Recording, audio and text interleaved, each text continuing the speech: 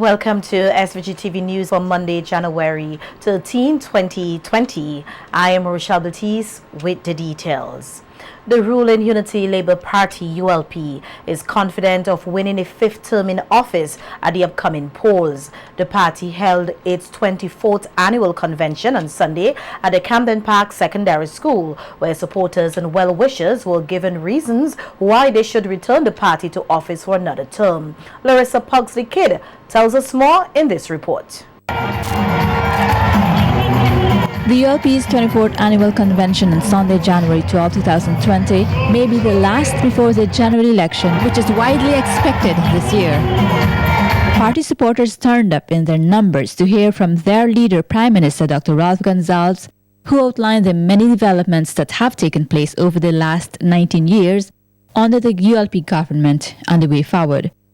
P.N. Gonsalves said the convention sets the pace for the rest of the year as the party seeks a fifth term in office, which he said they will win by a huge margin. And we got Carlos. He's a star. We got Minnie, and she's a star. I ain't saying nothing against nature, but really, you have a choice between nature and Minnie. And Minnie on the ULP ticket. Where you going? And then Luke brought Eustace down from 400 and something to 1 something. The ball is running with Luke. Gonsalves listed some of the developments on the ULP government in areas such as education, social welfare, employment, housing, security, electricity, telecommunications, and disaster preparedness. Far more people are working today in St. Vincent and the Grenadines than in 2001 when we came to office. And I will give you the figures.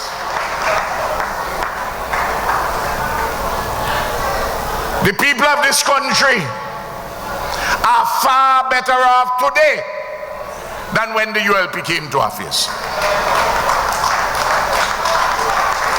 There is far less poverty and indigence. There is far less undernourishment. There is more nourishment. There is far better education and training in every respect. He told supporters that the party remains united and will continue to work together for the betterment of all Vincentians, while noting that he has never had reason to dismiss any cabinet member. Gonsalves, however, warned supporters to keep guard against the opposition. The nastiness of the campaign is wrapped up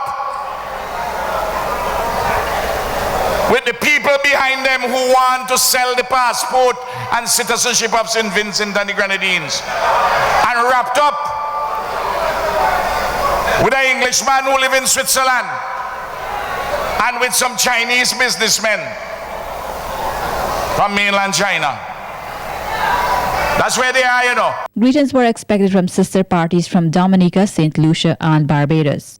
However, only the Barbados representative spoke on behalf of Prime Minister Mia Mottley. At the outset, let me also wish you good luck as you prepare for what I know will be a history-making year. A fifth term in office as the government of St. Vincent and the Grenadines.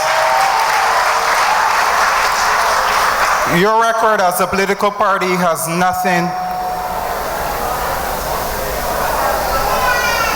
nothing but outstanding. The Unity Labour Party is just a quarter century old, but you have held the reins of power for over 20 of those years. At this year's convention, a Grenadian artist was present to entertain the crowd while given permission to play his song as the party's theme song.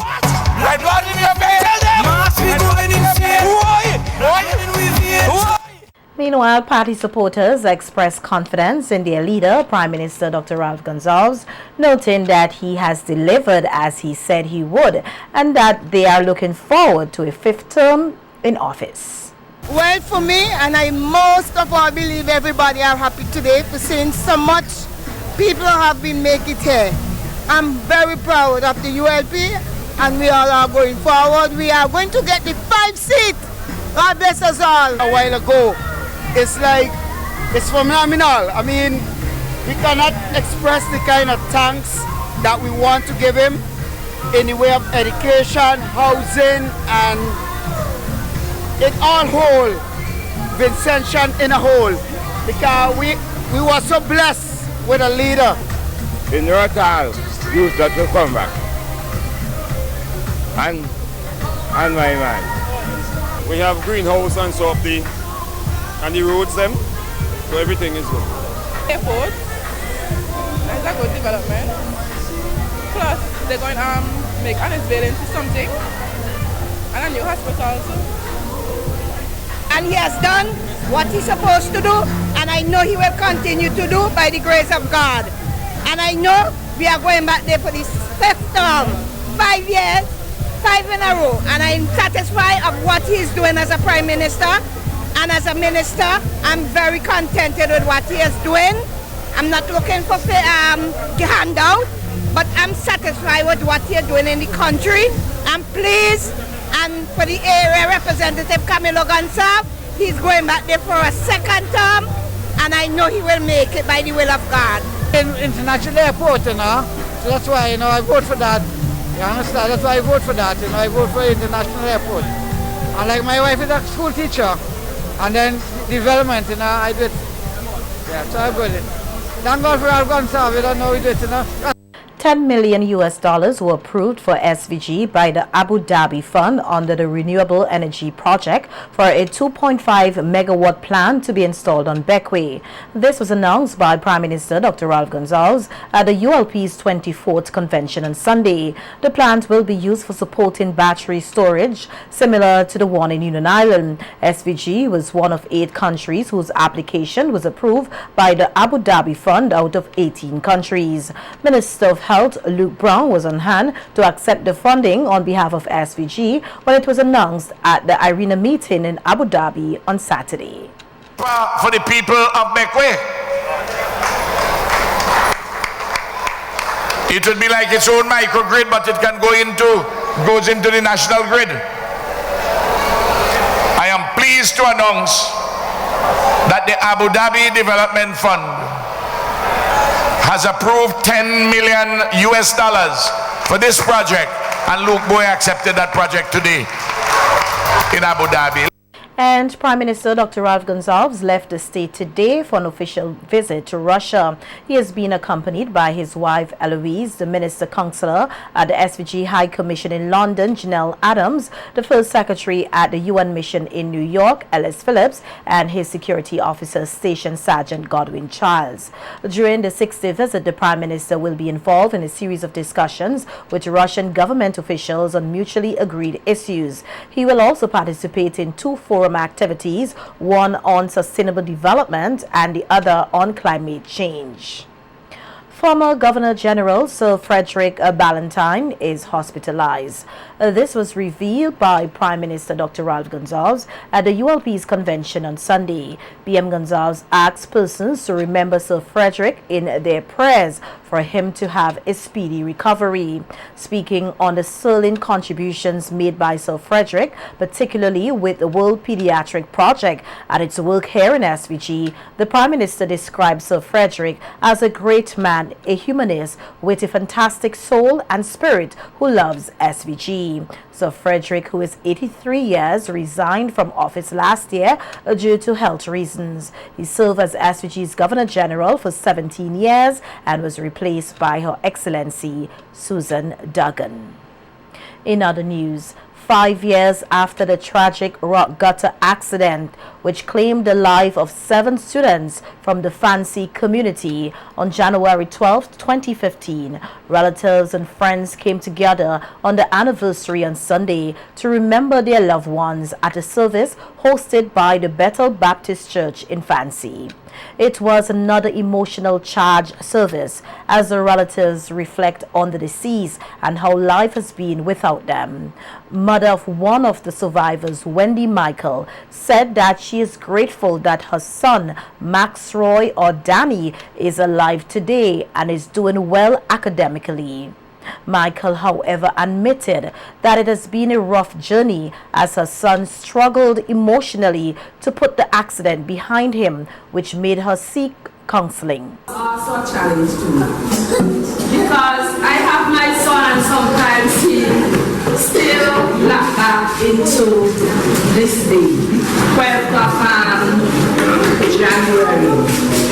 I had to carry him to Dr. Miller to get counseling. So don't believe that you the parents who have your loved one die was the only one who is going through emotions and pain. Many times when I go with him, all I have to do is cry. He don't see me, but I cry. And from that day, I think that will change him. But it's something that I can't express, and it seems as he himself can't express. And I am so thankful that I have him still. And over the years, he had done well. Academically, he's still in college. And I'm so glad that he's here.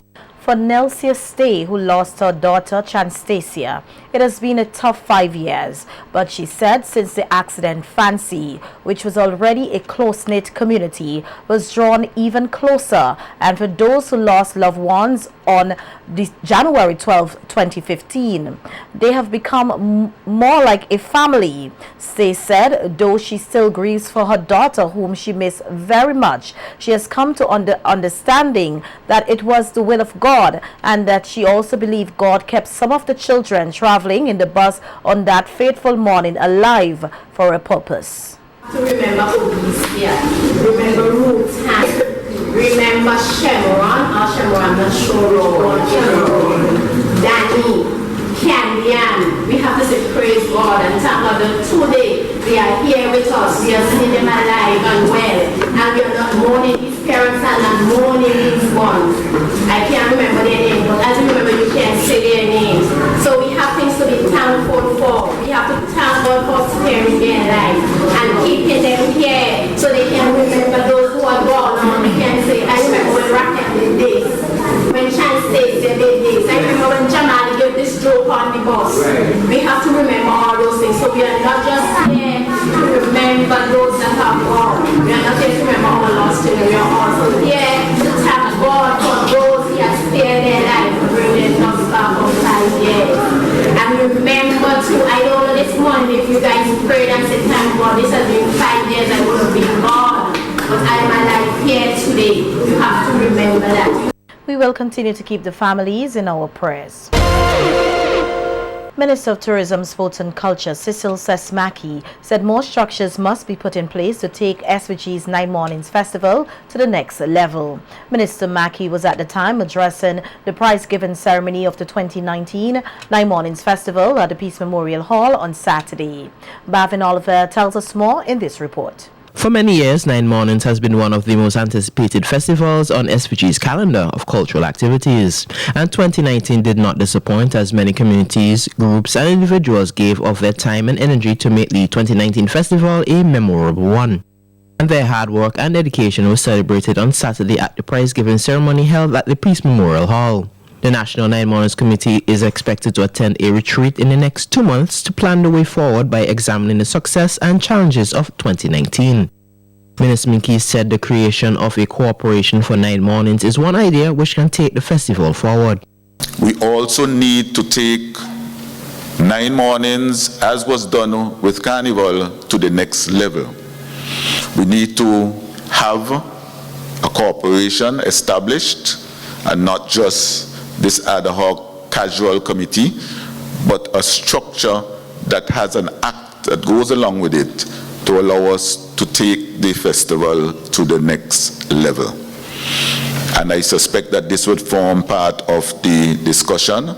Maybe the committee might have someone come in and do a special presentation on that aspect of things, so that we can have that implemented as soon as possible. One of the success stories from 9 Mornings 2019 was the 9 Nights of Lights at the Botanical Gardens. Minister said the National 9 Mornings Committee can learn from the experience of the 9 Nights Committee. all of the committees could have drawn from the presentation by the 9 Nights Committee. You saw from that presentation planning and implementation, and you can all draw from that, and I suspect that they would be willing to utilize how they have gone about things, and therefore they can share that with you.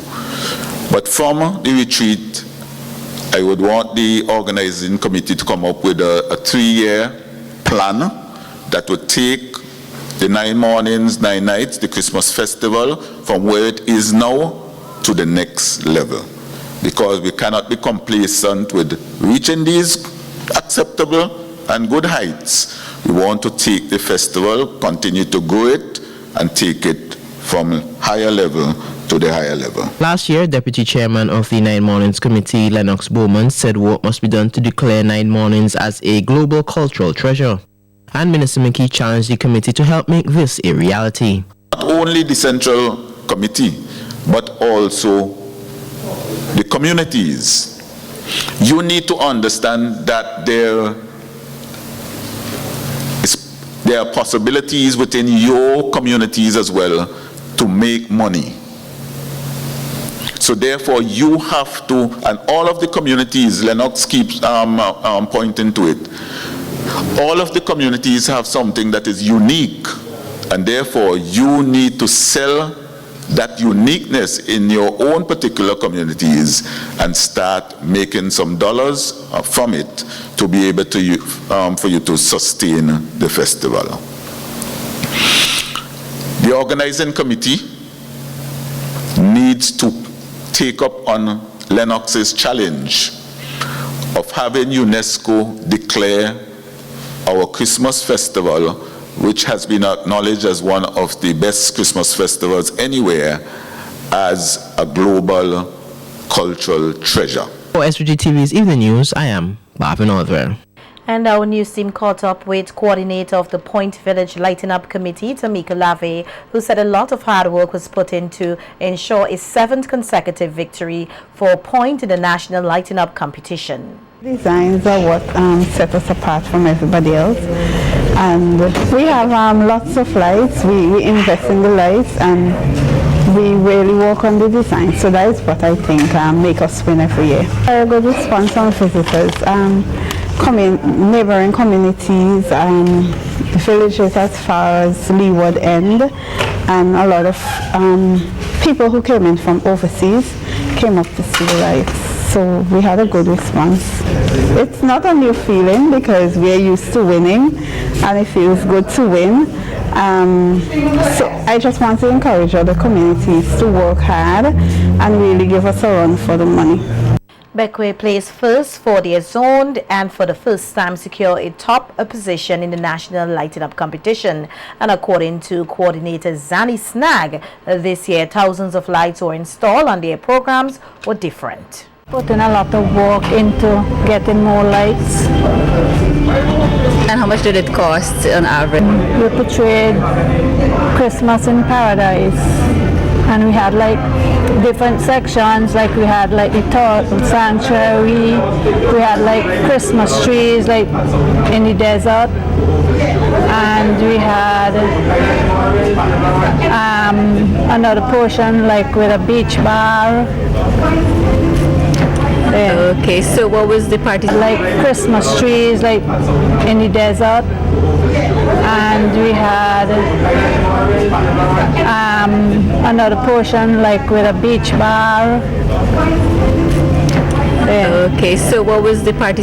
Richland Park won several awards at Saturday's prize-giving ceremony, including Best 9 Mornings Community, Best Christmas Community, while also placing second in the National Lighting Up competition. Coordinator of the Richland Park 9 Mornings Committee, Denroy Ballantyne, said lots of hard work and planning went into their 2019 activities. We actually regained our best Christmas community from last year, and it was really due to some extra activities we did. We did actually the evening lights, all right, that will facilitate that. Our launch was really good. in addition to our lighting up, we actually extend our light up this year to another part of our community. They've worked very hard in preparation for our 9 mornings and lighting up. It was really tiring. Actually finished work the wee hours of the morning most of the time. Our activities would have improved significantly. We include every year a new initiative, which is for this year, for 2019, we include the goat race. 235 junior savers were awarded for successfully completing the Junior Savers Challenge of the Police Cooperative Credit Union. On Saturday at the police canteen, the students received an Amazon Kindle Fire tablet as a reward for saving at least $1 or more per week. The students were praised for saving money, which is a practice which the PCCU is encouraging. President of the PCCU, Horace Williams, appealed to the students to use the tablets for educational purposes and to take care of the gadget.